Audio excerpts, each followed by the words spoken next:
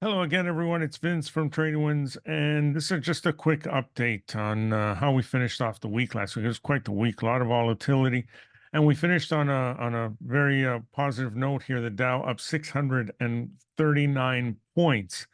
We have a nice buy setup here. We are near the all-time high, so little to no resistance overhead. This actually looks really good. Nice bounce off these prior highs, which is great structure. So it looks really good here. The S&P, not so much. Still hanging out below that 20 MA, as is the Nasdaq, actually quite a bit further, even though both had a decent Friday. Not enough of a bounce to get us back above that 20 and look bullish again. The Russell, however, looking good, up 37 points and nearing another prior high here.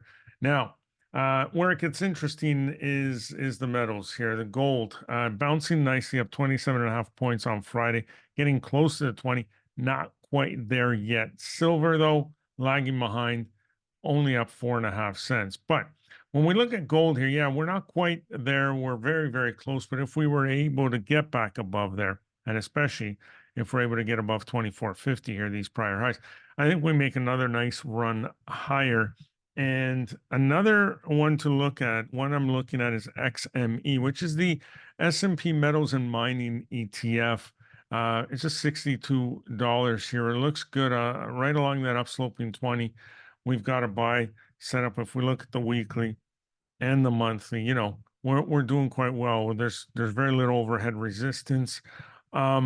So if it were to take out Friday's high here, we've got a very good shot of this going back to 65, if not higher. So that's what I will be looking for early on Monday. Now, this coming week, it's Fed week. We've got the decision on interest rates coming up on Wednesday.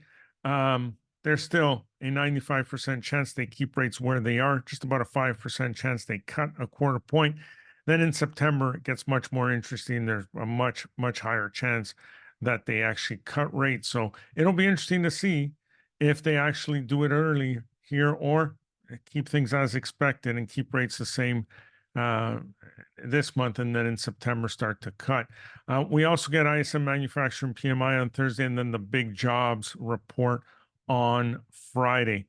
So it is going to be a big week. Buckle up. We'll likely see some similar moves like we saw this week. It may be a quieter start, but should be quite the second half of the week once we get the Fed's decision and that jobs report. All right, that's about it for now. Enjoy the rest of your weekend, and we'll see you on our next update. Take care.